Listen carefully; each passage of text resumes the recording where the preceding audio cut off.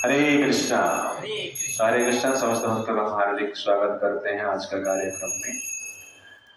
तो हम रामायण डिस्कशन कर रहे हैं। तो आज रामायण का बालकांड का पार्ट 13 देखेंगे। तो आज का विषय हमारा वासना वर्सेस उपासना। तो लास्ट टाइम हमने देखा कि किस प्रकार भगवान राम लक्ष्मण विश्वामित्र जी के साथ मिथिला के लिए जा रहे हैं। तो रास्ते में अनेक प्रश्न पूछते हैं भगवान राम। लास्ट टाइम हमने देखा था विशाल नगरी के बारे में राम जी पूछते हैं और उस नगरी के बारे में बताते हुए विश्वामित्र जी समुद्र मंथन लीला बताते हैं। तो हमने लास्ट टाइम समुद्र मंथन लीला के बारे में सुना था और जिस स्थान पर इंद्रदेव ने दीति के गर्भ का 49 पाठ किया था उस स्थान में एक नगर बनाया गया है और उस नगर को जनरली विशाल नगर कहा जाता है। इसका डिटेल्स हमने लास्ट टाइम देखा था। तो मिथिला के ओर जा रहे हैं। मिथिला में पहुंचने के लिए कुछ रास्ता बाकी है। तो मिथिला से दूर उपवन है, छोटा छोटा जंगल है और उस जंगल में जाते हुए एक आश्रम देखते हैं भगवान राम। और आश्रम को देखते हुए वो पूछते हैं कि हे मुनिवर, ये जो आश्रम है अति सुंदर दिख रहा है, रमणीय दिख रहा है, किंतु सुनसान दिख रहा है। यहाँ पर कोई व्यक्ति नहीं दिख रहा है, कोई ऋषि मुनि नहीं दिख रहे हैं। ये आश्रम के बारे में मैं जानना चाहता हूँ। तो विश्वामित्र जी कहते हैं कि पूर्व काल में महर्षि गौतम उनके पत्नी अहल्या के साथ इस आश्रम में रहते थे और तपस्या करते थे। एक दिन इंद्रदेव अहल्या के रूप के प्रति आसक्त होकर अहल्या के साथ समागम करने के लिए आए और वहां पर इंद्रदेव ने गौतम मुनि के रूप धारण किए उनके आश्रम में पहुंचे। जिस समय आश्रम में गौतम मुनि नहीं थे। अहल्या इंद्रदेव को गौतम मुनि के रूप में देखती है और पहचान भी पाती है कि ये इंद्र है, किंतु मन में कौतूहल के कारण वो सोचती है कि इंद्रदेव भी मुझे चाहते, मैं कितना महान, और इंद्र के साथ संग करने का रस और कुछ होगा। इस कौतूहल का विचार करके अहल्या इंद्रदेव के साथ संग करने के लिए प्रस्तुत हो जाते हैं और कुछ समय के पश्चात इंद्रदेव अहल्या संग से मुक्त होते हैं और इंद्रदेव कहते हैं कि आपके साथ संग करने के पश्चात मैं तृप्त हो गए, आपके प्रति मैं कृतज्ञ हूं। अहल्या भी कहती है कि मैं भी संतुष्ट हो गई, किंतु आप यहां से जल्द निकल जाइए और गौतम मुनि के कोप से मुझे भी बचाइए। इस प्रकार बात सुनकर इंद्रदेव गौतम मुनि के आश्रम से बाहर निकलते हैं और भागते हुए भयभीत होकर जाते हैं।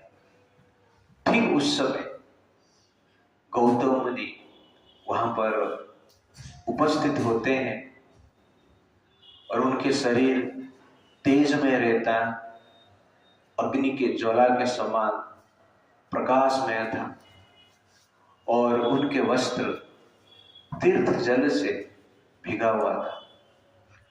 गौतम मुनि इंद्रदेव को अपने रूप में देखते हैं, देखकर सब कुछ उनको समझ में आ जाता है। क्रोधित होकर श्राप देते हैं इंद्रदेव को। वो कहते हैं, अरे इंद्र, तू काम से प्रेरित होकर महापाप किया है, वासना तुझे तेरा चित्त को नष्ट कर दिया है, बुद्धि को भ्रष्ट कर दिया है। मैं तुझे श्राप देता हूं कि तू अंडकोश से रहित हो जा। जब इस प्रकार गौतम मुनि श्राप देते हैं, तुरंत ही इंद्रदेव का अंडकोश गिर जाता है। तो इंद्रदेव नपुंसक हो जाते हैं, आजकल के भाषा में छक्का बन जाते हैं। तो इस प्रकार इंद्रदेव को शर्म आता है, गौतम मुनि से क्षमा प्रार्थना करते हैं और इंद्रदेव आगे जाके देवता को मिलते हैं। इंद्रदेव किस प्रकार अपना नपुंसकता को दूर किए हैं हम आगे देखेंगे। बट यहाँ पर हम देख रहे हैं कि एक है इंद्रदेव, दूसरी ओर अहल्या। तो इंद्रदेव जो कि संसार में 100 अश्वमेध यज्ञ किए हैं। 100 अश्वमेध यज्ञ करना हर जीव के वश में नहीं होता है। कोई ऐसे विरला जीव 100 अश्वमेध यज्ञ करते हैं। उसके लिए धन भी चाहिए, शक्ति भी चाहिए और उसके साथ साथ इंद्रिय संयम भी चाहिए। तो शक्ति, धन, संयम से एक अश्वमेध यज्ञ करना भी कठिन है एक जीवन में। तो इंद्रदेव यहां पर देख रहे हैं, इस जो क्वालिफिकेशन है, योग्यता है, प्राप्त की है स्वर्ग का राजा बनने के लिए। स्वर्ग का राजा बनना इतना आसान नहीं। इंद्रिय संयम करने के पश्चात, तपस्या करने के पश्चात, दान देने के पश्चात इंद्र पद प्राप्त होता है। लेकिन वही इंद्रदेव अहल्या को देखकर क्या हो जाते हैं? आकर्षित हो जाते हैं।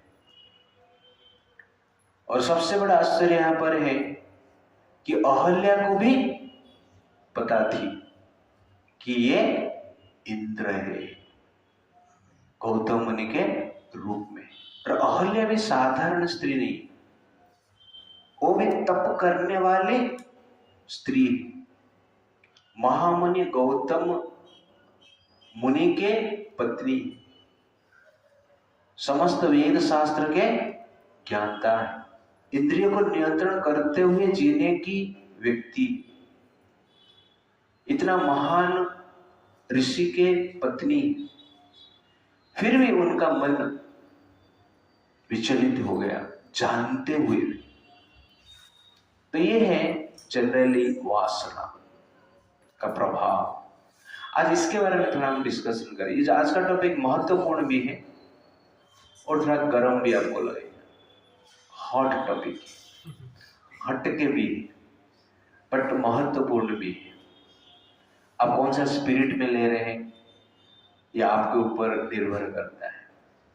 ये टॉपिक तो गर्म है लेकिन मन को ठंडा करने वाला है, तो इसलिए कभी कभी गर्म टॉपिक सुनना चाहिए मन को ठंडा करने के लिए।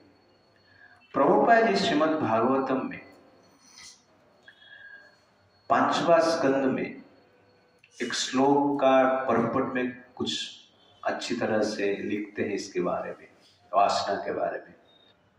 तो प्रभुपाद जी कहते हैं, इन दिस 8 वर्षास, वर्षा मतलब डिफरेंट प्लैनेट्स, आप इसे सोच लीजिए, और ट्रैक्ट ऑफ लैंड्स, जैसे स्वर्ग है, ओके ना, धरती है, तो भूमंडल में डिफरेंट वर्षा है, भूमंडल में ही डिफरेंट प्लेसेस है, लैंड है, ट्रैक्ट ऑफ लैंड है। भूमंडल का एक छोटा सा लैंड धरती है, तो उससे 7 और प्लैनेट्स है। इस प्रकार आप विचार कर सकते हैं। वहां पे जो मनुष्य रहते हैं, प्रभुपा जी कहते हैं, in this 8 वर्षas a tract of land human beings live 10,000 years according to earthly calculations. All the inhabitants are almost like demigods, समस्त देवता जैसे 10,000 वर्ष जीते हैं. They have the bodily strength of 10,000 elephants. 10,000 हाथी का बल रहता है. 10,000 साल जीते हैं, 10,000 हाथी का बल रहता है. Indeed, their bodies are as sturdy as thunderbolts. उनका जो शरीर है वो स्ट्रॉन्ग है. The youthful duration of their life is very pleasing. और उनका जो जवानी है बहुत आनंददायक है. And both men and women enjoy sexual union with great pleasure for long time. तो सेक्स प्लेजर अनेक समय तक वो करते रहते हैं. After years of sensual pleasure, years, 1 साल तक, when a balance of 1 year of life remains, not 1 साल तक, उनका जीवन का बहुत समय तक सालों साल संभोग करते रहते हैं. अंत समय में जीवन में जब 1 साल बचा हुआ रहता है, the wife conceives a child, उनकी स्त्री प्रेग्नेंट होती है. Thus, the standard of pleasure for the residents of these heavenly regions is exactly like that of human beings who lived during Treta Yuga. तो त्रेता युग, इस संसार में त्रेता युग में जैसे लोग ऐश्वर्यपूर्ण जीते थे, आनंद में जीते थे, ठीक उसी प्रकार ये जो 7 वर्षा है उस स्थान पर इस प्रकार के मनुष्य जीते हैं. पर्पण में प्रभुपा जी लिखते हैं, There are 4 yugas, Satya Yuga, Treta Yuga, Dwapar Yuga and Kali Yuga. During the first yuga, Satya Yuga, people were very pious. Everyone practiced the mystic yoga system for spiritual understanding and realization of God. Because everyone was always absorbed in samadhi, no one is interested in material sense enjoyment. During Treta Yuga, people enjoyed sense pleasure without tribulations. Material miseries began in Dwapar Yuga, but they were not very stringent. Stringent material miseries really began from the advent of Kali Yuga. Another point in this verse is that in all 8 of these heavenly verses, although men and women enjoy sex pleasure, there is no pregnancy.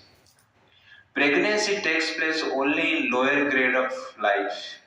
For example, animals like dogs and hogs become pregnant twice a year, and each time they beget at least half a dozen offsprings. Even lower species of life such as snakes give birth to hundreds of young at one time. This verse informs us that in grades of life higher than ours, pregnancy occurs once in a lifetime. People still have sex life, but there is no pregnancy. In the spiritual world, people are not very attracted to sex life due to their exalted devotional attitude. Practically speaking, there is no sex life in the spiritual world. On the planet Earth, however, human beings do become pregnant, although the tendency is to avoid having children. In this sinful age of Kali, people have even taken to the process of killing the child in the womb. This is the most degraded practice. It can only perpetuate the miserable material conditions of those who perform it. तो यहाँ पर Prabhupada ji generally कहते हैं कि किस प्रकार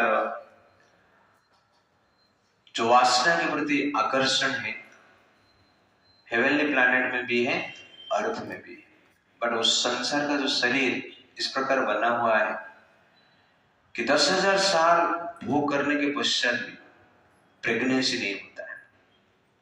और ये एग्जैक्टली सब लोग चाहते हैं.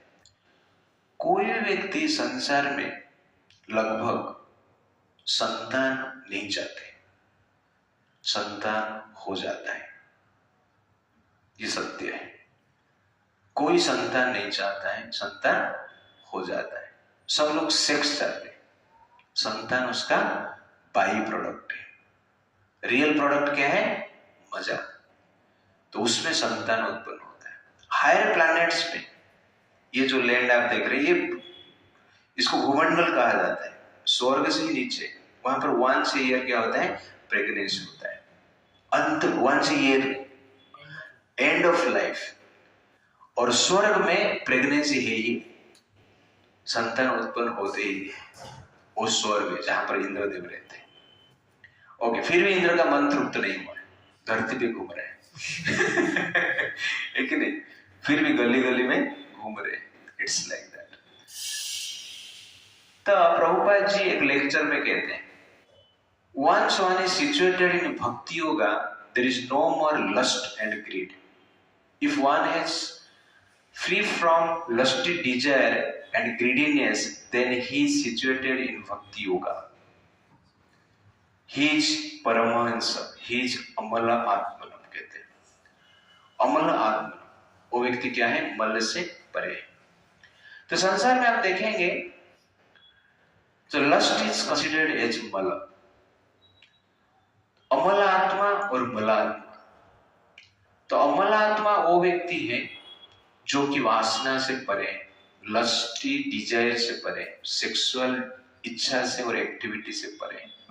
और मलात्मा वो व्यक्ति है जो कि ये लस्ट के पीछे भागते हैं, सेक्स के पीछे भागते हैं। जनरली उनको क्या कहा जाता है? मलात्मा। तो संसार में अधिकतर लोग अमलात्मा नहीं, कौन है? मलात्मा है। तो संसार में प्लेजर जो है, अमलात्मा में भी प्लेजर है और मलात्मा में भी प्लेजर है।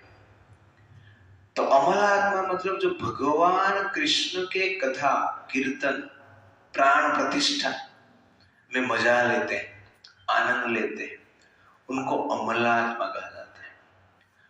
और जो व्यक्ति केवल भौतिक शरीर को भोगने में आनंद लेते हैं, उनको मलात्मा कहा जाता है। दोनों में मजा है, ये दोनों का नेचर अलग अलग है। एक मजा का अंत है और परिणाम दुख है, और एक मजा अनंत है और परिणाम क्या है? अनंत सुख भी है। जिस प्रकार आप देखेंगे कौवा मल में आनंद लेता है, मलात्मा बोल सकते हैं। लेकिन जो पैरट है वो फल में आनंद लेता है, वो क्या? अमलात्मा बोल सकते हैं। मस्क्यूटस ब्लड लेते हैं, वो मलात्मा जैसे। लेकिन हनी भी मधु पीती है, वो अमलात्मा जैसे। इसे बगुला, तो बगुला मछली खाती, मलात्मा है। लेकिन जो हंस रहते हैं वो जनरली दूध पीते, अमलात्मा है। हंस भी व्हाइट है और बगुला भी व्हाइट है, लेकिन दोनों का नेचर क्या है? अलग है। एक मलात्मा, एक अमलात्मा। तो ठीक उसी प्रकार इस संसार में जो भक्त रहते हैं, प्रभुपाद जी कहते हैं जो रियली में भक्त है, he is free from lust and greed, वासना से मुक्त रहता है। क्यों मुक्त रहता है? तो इसका मूल कारण है कि वो व्यक्ति अमल सुख का अनुभव करता है और भगवान के आश्रय में रहता है। महात्मनाम स्तुमाम पार्थ दैवीं प्रकृति आश्रित भजन्ते अनन्य मनस्व ज्ञात्वा भूतादि अव्ययम्। कि जो महात्मा होते हैं, अमलात्मा होते हैं, वो भगवान के आश्रय में रहते हैं और नित्य निरंतर भगवान का भजन करते हैं। क्यों? जानते हैं कि कृष्ण भगवान है, अभयात्मा है, अमलात्मा है। उनका भजन से ही अमल सुख, अनंत सुख प्राप्त हो सकता है। इस प्रकार विचार करके जनरली वो भगवान को क्या करते हैं? प्रार्थना करते हैं और उनमें आनंद लेते हैं। मच्चित मदगत प्राण बोधयन्ति परस्परम। तो भगवान कृष्ण अर्जुन कहते हैं जो वास्तव में भक्त है, उनका चित्त मुझ में रहता है और बोधयन्ति परस्परम, जो वार्तालाप करते हैं वो मेरे बारे में ही वार्तालाप करते हैं। कोई फिल्मी सॉन्ग, कोई मूवी, या कोई सोशल इवेंट्स, न्यूज या कॉलेज अफेयर्स, इसके बारे में बातचीत नहीं करते। वो केवल कृष्ण के बारे में बातचीत करते। बोधयन्ति परस तुष्यन्ति च रमन्ति च, और उससे लोग आनंद प्राप्त करते हैं, संतुष्ट रहते हैं। ये है महात्मा की लक्षण है। तो हमारा लक्षण क्या है? हम बीच बीच में महात्मा बन जाते हैं कि नहीं? 24 आवर में हम जनरली 1 आवर, 2 आवर, 4 मिनट्स, ठीक है नहीं, 10 मिनट्स महात्मा बन जाते हैं, अमलात्मा बन जाते हैं। उसके बाद मलात्मा, दुरात्मा बन जाते हैं। हमें 24 आवर ये कार्य करना चाहिए। ओके, तो भगवान इस संसार को गीता में क्या कहते हैं? दुखालय कहते हैं। क्या कहते हैं? दुखालय। और हमारा शास्त्र इस संसार को मैथुनागार कहता है। मैथुना मतलब सेक्स, संभोग, आग्रह मतलब प्रेस। और ये मैथुना को, सेक्स को सबसे हाईएस्ट प्लेजर मानते हैं संसारक लोग, और ये हाईएस्ट प्लेजर ही है संसार। तो एक तरफ भगवान दुखालय कहते हैं और दूसरी तरफ मैथुनागार कहते हैं। एक तरफ दुखालय, एक तरफ सबसे हाईएस्ट प्लेजर का स्थान। समझ में नहीं आता है कौन सा सच है? मैथुनागार सच है या दुखालय सच है? क्यों ऐसा कहते? मैं कभी सोचता हूं कि भगवान ने दुखालय कहा, place of misery and place of मजा, हाईएस्ट प्लेजर, ऐसा क्यों? इसका अर्थ यह है मैथुन ही दुख का कारण है। इसका अर्थ ही यह है सुख ही दुख का बीज है। समझ में आया? इस संसार में जो दुख है फल, दुख बीज नहीं है संसार। इस संसार में बीज क्या है? सुख है, लेकिन फल क्या है? दुख है। बीज आनंददायक है, फल पीड़ादायक है। ये भगवान का माया है। इसलिए भगवान ने संसार में हाईएस्ट प्लेजर रखे, लेकिन हाईएस्ट प्लेजर में भगवान ने हाईएस्ट डिस्ट्रेस रखे, दुख रखे। इसीलिए संसार को लोग जनरल क्या कहते हैं? आनंददायक कहते हैं। आनंद भी है, लेकिन वो आनंद ही निरानंद का मूल कारण है, बीज है। ये हमें समझना अत्यंत आवश्यकता है। इस संसार में कितने भी बड़े पोजीशन में हो, जैसे कि इंद्रदेव यहां पर देख रहे हैं, स्वर्ग में गए, स्वर्ग में भी संभोग का सुख है, लेकिन वहां पर तृप्त नहीं होते। इस संसार में आके गलत तरीके से कार्य करते हैं। अब बिल क्लिंटन आप सुनेगा, अमेरिका के राष्ट्रपति थे, वो भी जनरली इस प्रकार की लस्टी एक्टिविटी में लिप्त थे। डोनाल्ड ट्रंप, वो भी जनरली लस्टी एक्टिविटी में लिप्त थे। लगभग सब लोग रहते हैं अमेरिका में, इट्स लाइक दैट। बट कितना भी बड़े पोजीशन आप जाइए, इस प्रकार की प्रॉब्लम्स होता है। क्यों ऐसा होता है? ये लस्ट इतना पावरफुल केस है। अभी आप देखेंगे संदेश खली है कि नहीं, अपना वेस्ट बंगाल में संदेश खली का सुन रहे ना? हाँ, वहां पर लास्ट 14 साल से कुछ मुस्लिम से है जो कि सुंदर सुंदर हिंदू स्त्रियों को जबरन उठा के लेके जाते हैं और रेप करते हैं। ये परंपरा चलता रहता है। अभी जनरली वो एक्सपोज हुआ है। तो ये जो लस्ट है बहुत पावरफुल है। कितना भी कुछ हो जाए, छूटना आसान नहीं। तो मुगल अटैक किया, लेकिन उसके पीछे मेन कारण क्या है? लूटना और संभोग करना। इस प्रकार ही कार्य उन्होंने किया है। तो राजस्थान में अनेक बार अटैक किए, चित्तौड़ में अनेक बार अटैक किए। एक बार तो 16,000 से ज्यादा स्त्रियां जौहर की, मुगल के भय से अग्निकुंड में स्वयं को जलाकर मार दी। ये जनरल क्या है, उनका पवित्रता की स्टोरी है, इनका पवित्रता की भावना है। लेकिन जो मुगल्स थे वो लस्ट की भावना है। और सेम परंपरा आज भी चल रहा है, जो कि मुगल मेंटालिटी के लोग हैं, अभी भी वैसे ही कार्य कर रहे हैं। तो ऐसा क्यों होता है, इसका कारण क्या है? तो इसका कारण है कि लस्ट जो है पावरफुल है, इतना आसान नहीं है कि उसको हम कंट्रोल कर पाएंगे। क्योंकि ये जो शरीर हमें मिला है, कैसे मिला है? सेक्स के कारण मिला है।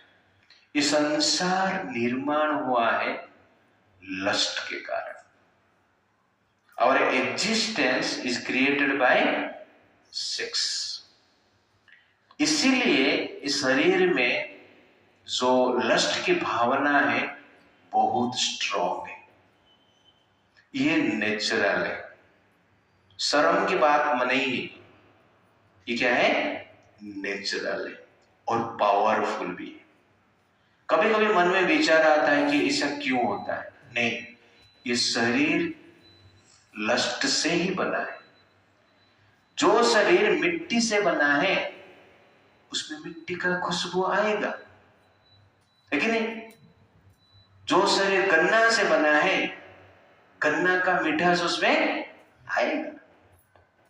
स्वीट से बना है, शुगर केन से बना है, गुड़ से बना है, तो गुड़ का मिठास उसमें आएगा। वैसे ही ये जो शरीर है, मनुष्य शरीर हो, पशु शरीर हो, मछली का शरीर हो, पक्षी का शरीर हो, ये जगत जो है बना कैसे है?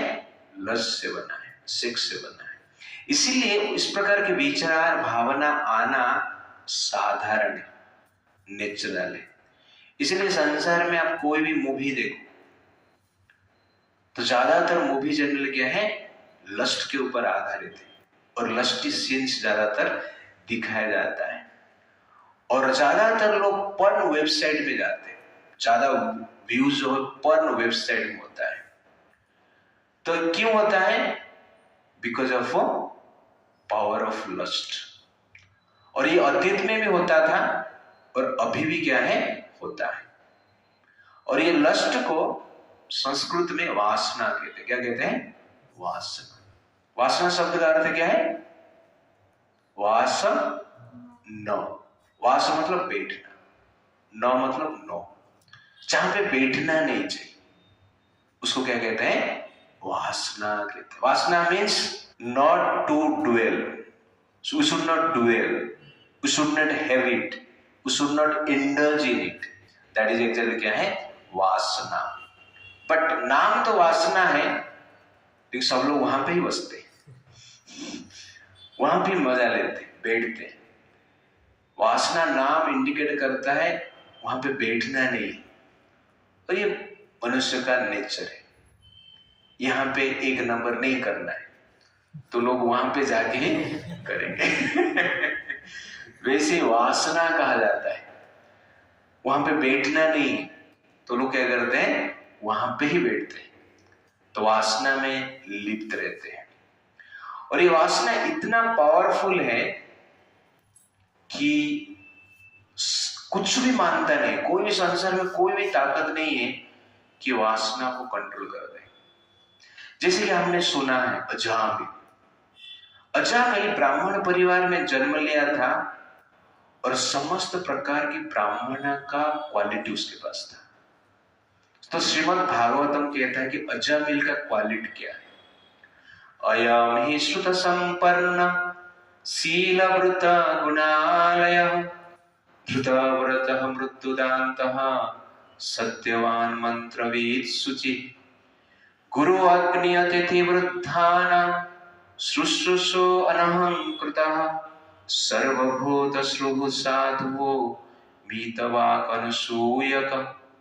वेरी नाइस लोग। अयम श्रुत संपन्न। अजामिल समस्त वेद शास्त्र में पारंगत था। शील व्रत गुणालय, शीलवान था, दृढ़ व्रत का भी पालन करता था। गुणालय, गुण का आलय है, सर्वगुण संपन्न था। धृतव्रत, और अनेक उपवास भी दृढ़ता के साथ पालन करता था। मृदु नम्र था, मृदु बात करता था, मधुर भाषण देता था, दंत इंद्रियों को नियंत्रण करता था, सत्यवान सत्य बोलता था, मंत्रविद समस्त मंत्र को जानता था, शुचि पवित्रता को भी पालन करता था, गुरु अग्नि अतिथि वृद्ध व्यक्ति का ठीक ठीक सेवा करता था और उसके साथ साथ अत्यंत नम्रता, सर्वभूत सुहृद साधु समस्त जीव को समदृष्टि से देखता था, साधु था, मितवाक अनुसूयक, मधुर वचन बोलता था, अनुसूयक, ईर्ष्या भी उसके हृदय में नहीं था। कितना संपन्न व्यक्तित्व, इतना क्वालिटी। एक दिन पिताजी ने उसको भेजे, बेटा वन में जाके थोड़ा पूजा के लिए ध्रुव ग्रास और कुछ फल पुष्प लेकर आना। अजामिल निकलता है वन के लिए, पूजा के लिए सामान लाने के लिए, ये समस्त गुण उसके पास। रास्ते में देखता है कि कुछ तो मूवी चल रहा है, ओके ना, कुछ फिल्में चल रहा है। एक शूद्राणी को एम्ब्रेस कर रही, किस कर रही निर्वस्त्र होकर। ये सीन अजामिल देखता है और देखकर तुरंत आंख बंद कर देता है और वहां से निकल जाता है। लेकिन उसका मन में वो सीन बैठ जाता है, वो भूल नहीं पाता है। पिताजी के लिए पूजा का सामान तो लेकर आता है, लेकिन मन में पूजा को याद करता है, ओके ना। तो क्या है वो, शास्त्र कहता है, दृष्ट्वा तं कामलिप्तेन बहुना परिरम्भितां जगाम हृदयवासं सहसाइव विमोहितः। सुंदर वर्ष। दृष्ट्वा तं कामलिप्तेन, उस काम का सीन को देखकर, सेक्सुअल सीन को देखकर, बहुना परिरंभित, और अपना मन को कंट्रोल करने के लिए वो जनरली क्या है, ट्राई किया, जगाम हृदयवास। लेकिन वो वासना, उस जो सीन है, जगाम, हृदय में सोया हुआ काम वासना को जागृत कर दिया। सहसाइव विमोहिता, उसके बाद अजामिल विमोहित हो गया, विविल्डर हो गया। तो यहां पर आप देखेंगे कि स्पेशली जगाम हृदय वास, हृदय में काम सोया हुआ रहता है। किसका हृदय में काम सोया था? अजामिल का हृदय में सोया था। आपका हृदय में, किसके हृदय में? अजामिल के हृदय में काम सोया था। हमारा हृदय में काम तांडव कर रहा है। सोया नहीं, जगा नहीं, बैठा नहीं, चल भी नहीं रहा है। क्या कर रहा है? तांडव कर रहा है, ओके ना। अजामिल का हृदय में काम सोया था, उसको जगा दिया। क्या? दृष्ट्वा तं कामलिप्तेन, एक सेक्सुअल सीन देख लिया तो उसका वासना, सोया हुआ वासना उसके हृदय में जग गया, उठ गया। वो आज तक सोया था। तो आपने देखा प्रीवियस वर्ष में कितना क्वालिटी है उसके पास। उसमें से एक क्वालिटी आप लोगों के पास है, सत्यवाक है, मृदु है, वृद्ध अग्नि देवता का पूजा करते हैं, शील है, वेद शास्त्र पता है, मंत्रविद है, शुचि है, नम्र है, कुछ नहीं। इतना शुचि मतलब पवित्रता, ओके नहीं? तो और कुछ शुचि को याद कर रहे थे, ओके ना। तो हमारा गांव में एक लड़का था, बचपन का दोस्त थे। वो जनरली बोलता था, मैं मजा में बता देता आप लोगों को। तो शादी होने के बाद मान लो किसका लड़की हो जाता था, तो वो दोस्त जो है वो क्या बोलता था मालूम है? ये चौका मार दिया। और लड़का हो जाता था तो क्या बोलता था, ये छक्का मार दिया। 2-3 लड़का हो गया, 3 छक्का मार दिया इसको। 2-4 लड़की हो जाता था तो क्या बोलता है, 4 चौका मार दिया। और कुछ नहीं हो रहा है तो क्या बोलते हैं मालूम, ये डिफेंस खेल रहा है। ओके। तो आप देखो, सूची से मैं पवित्र में आया और पवित्र से वो लड़के का नाम पवित्र है।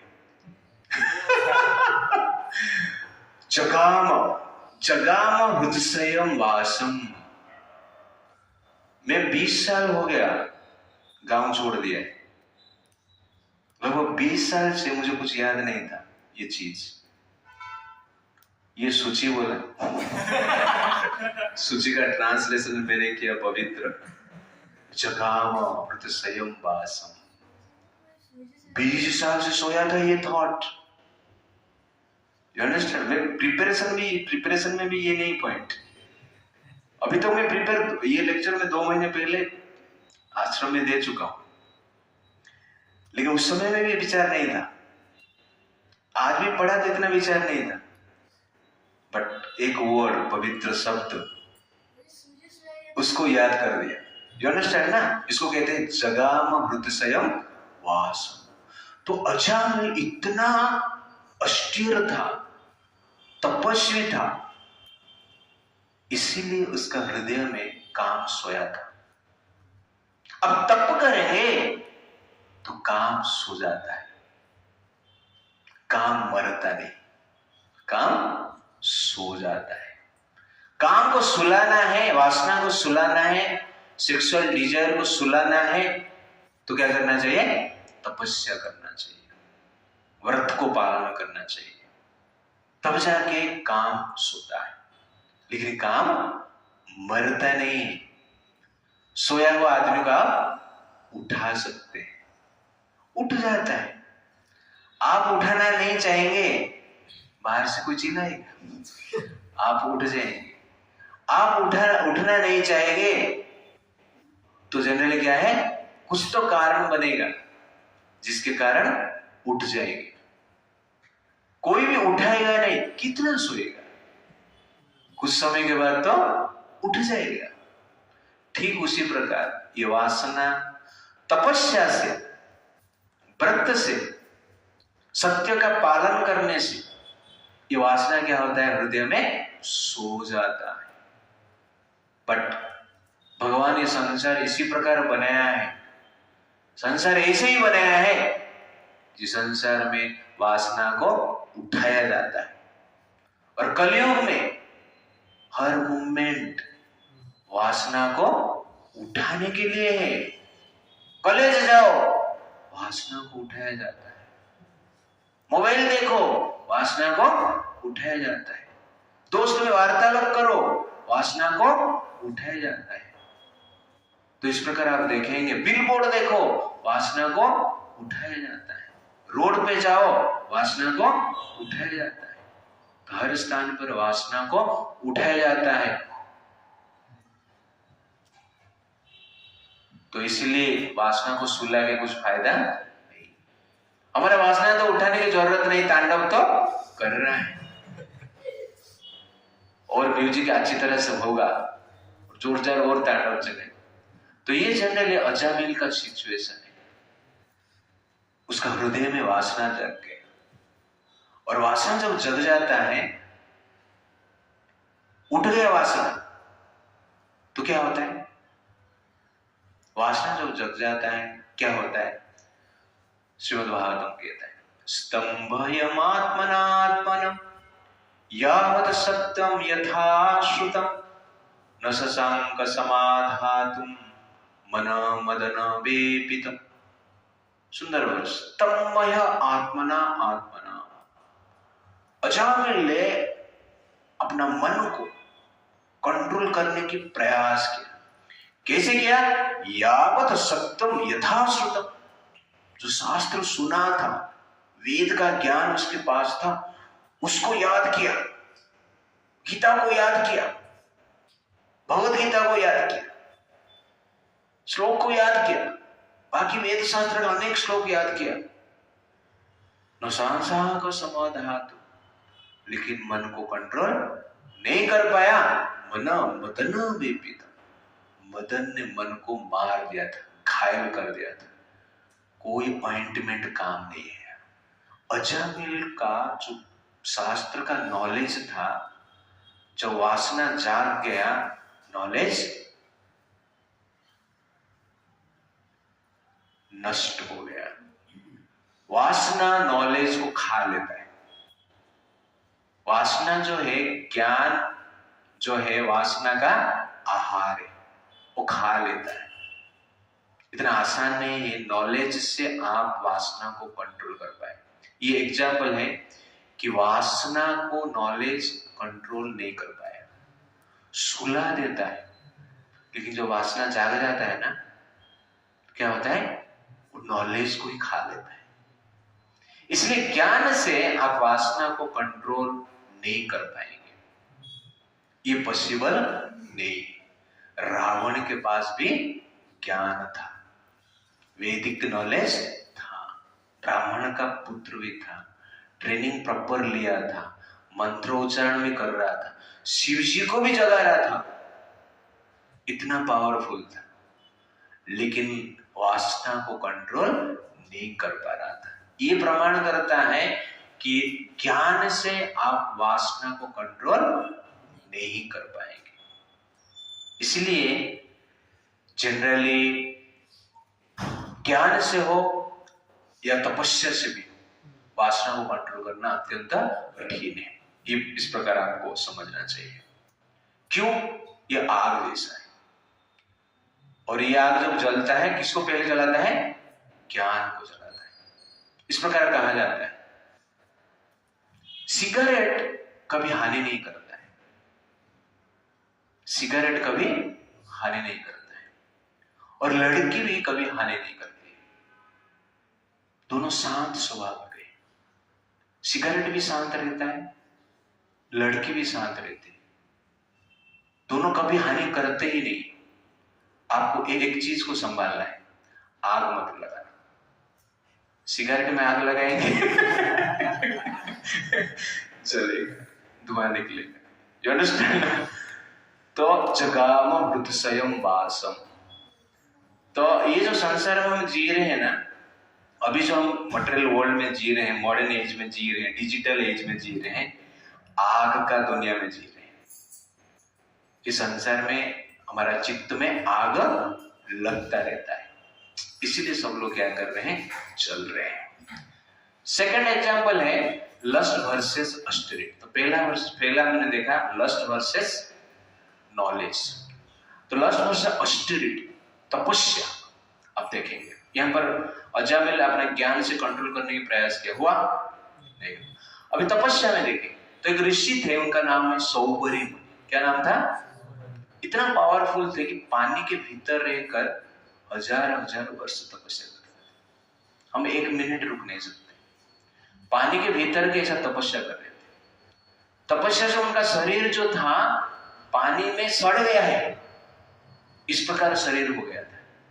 फिर भी शरीर को धारण के श्वास को रोककर और तपस्या कर रहे थे। एक दिन दो मछली को देखते हैं, वो लोग गाना गा रहे, दे दे प्यार दे और उस सीन गाना गाते हुए गाना को सुने और सीन को देखे, तो मछली का सेक्सुअल इंटरकोर्स को देखे। जगाम हृदयम वासम, उनके हृदय में जो वासना थी जागृत हो गया, पानी से ऊपर आ जाते। यमुना नदी में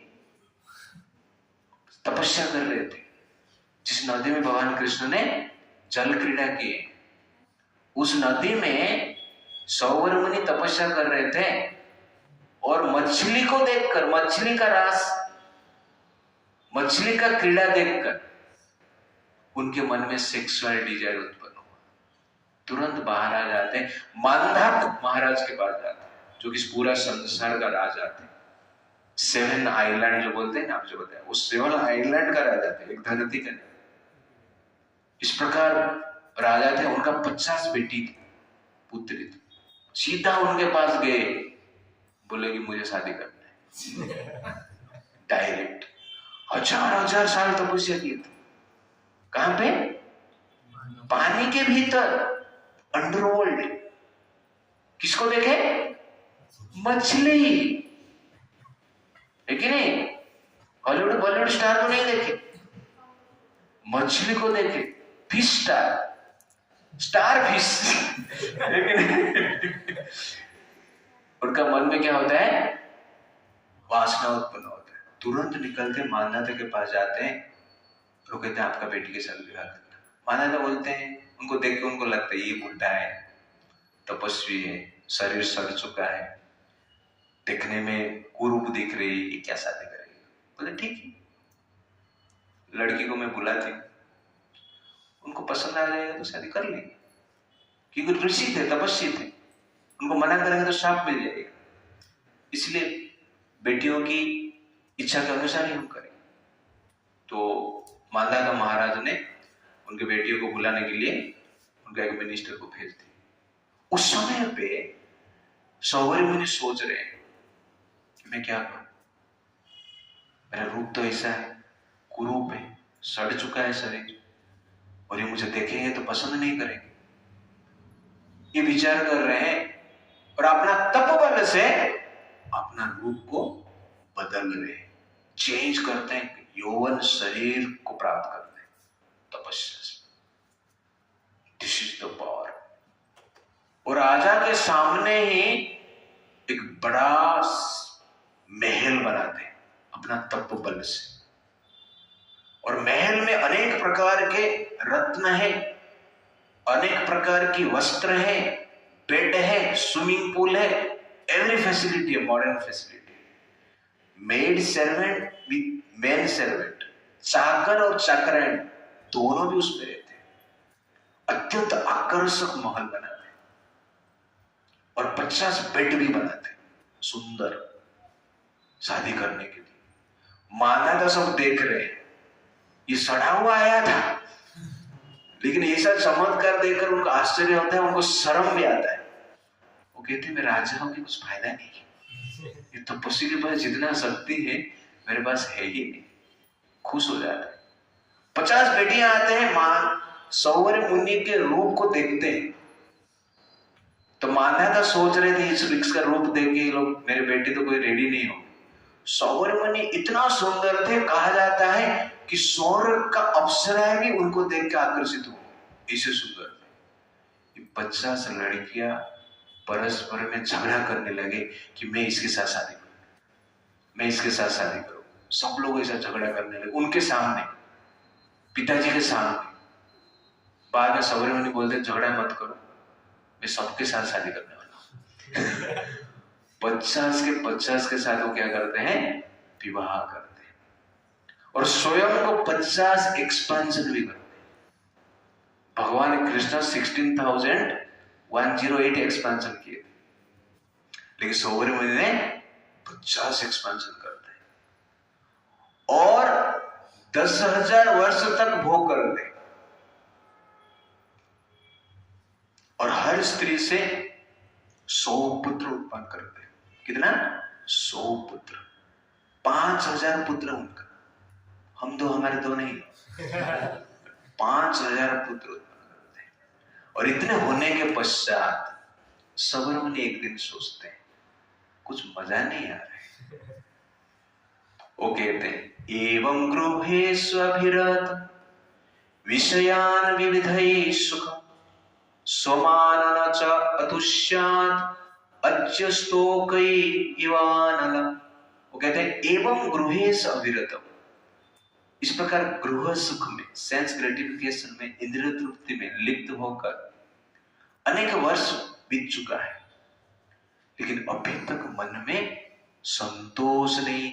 वो कहते हैं सेवमानः न च अतुष्य, इतना भोग किया, इतना भोग किया, 50 स्त्री के साथ 1000 साल, फिर भी संतुष्टि नहीं। क्यों? अज्यस्तोकै इवानल। जिस प्रकार आग में घी डालेंगे ना, आग बढ़ता रहता है, ठीक उसी प्रकार मेरा वासना ही बढ़ता रहता है, इसमें सुख नहीं। तब वो विचार किए कि मैं कहां सौरमुनि पानी में तपस्या कर रहा था और ये यहां पर मैं कैसे आ गया, भोग कर रहा हूं। तो तुरंत ही उनका मन में वैराग्य आता है, स्त्रियों के साथ वन में जाते हैं, तपस्या करते हैं। अभी क्या करते हो, भगवान विष्णु का ध्यान करते हैं, भक्ति करते हैं। आगे इसके बारे में बताऊंगा। बट यहां पर आप देखें कि तपस्या भी काम में नहीं आता, ज्ञान काम में नहीं। ज्ञान का मेडिसिन वासना को दूर नहीं कर सकता, तपस्या का मेडिसिन वासना को दूर नहीं कर सकता। मोरालिटी, कोई कहेगा कि मैं थोड़ा चरित्रवान हूं, आदर्श हूं, दयावान, क्षमाशील, समस्त गुण है मेरे पास, इससे मैं काम को कंट्रोल करूंगा। तो इसका एग्जाम्पल है पांडु महाराज, पांडवों के पिताजी। तो पांडव जो कि कुंती महारानी के पुत्र थे, पांडु के पुत्र थे, और उनको श्राप मिला था कि वो स्त्री का संग करेंगे उनका ध्यान हो जाएगा। किंडम मुनि ने उनको श्राप दिया। एक बार कुंती महारानी, एक बार माद्री के साथ पांडु महाराज वन में विहार कर रहे हैं। अचानक वो दो हिरण को देख रहे हैं, एक हिरनी एक हिरण है, वो क्रीड़ा कर रहे हैं, खेल रहे थे। और माद्री क्या बोलते, दो हिरण को मार दो, मुझे अच्छा लग रहा है। पांडु महाराज दो हिरण को मारते हैं और दो मर जाते हैं, लेकिन मरने के पश्चात वो अपना रूप में आते हैं। दो हिरण नहीं, तो किंडव मुनि थे, उनके पत्नी थे। वो लोग हिरण का रूप धारण करके मजा कर लेते। क्यों? क्योंकि वो मनुष्य शरीर में मजा करने में शर्म आता था, इसलिए हिरण का रूप धारण किए थे। और किंडव मुनि श्राप देते कि मैं स्त्री का संग कर रहा था, तूने मार दिया, इसलिए मैं तुझे श्राप देता हूं, आगे जाके तुम भी स्त्री का संग करेगा तो जनरल क्या है, तुम्हारा भी मृत्यु हो जाएगा। तो पांडु महाराज उस समय पे विचार करते हैं, मैं राज्य छोड़ देता हूं, हिमालय में जाता हूं। इसलिए हिमालय में जाते हैं कि कुंती और माद्री को लेकर जाते हैं। और वहां पर कुंती के जो तपस्या का फल था, बचपन में कुंती महारानी ने दुर्वासा मुनि का सेवा किया था, इसलिए उनको वर मिला था कि कोई भी देवताओं को बुलाकर आप 5 संतान प्राप्त कर सकते हैं। तो अलग स्टोरी, कुंती महारानी और माद्री से 5 संतान उत्पन्न होता है।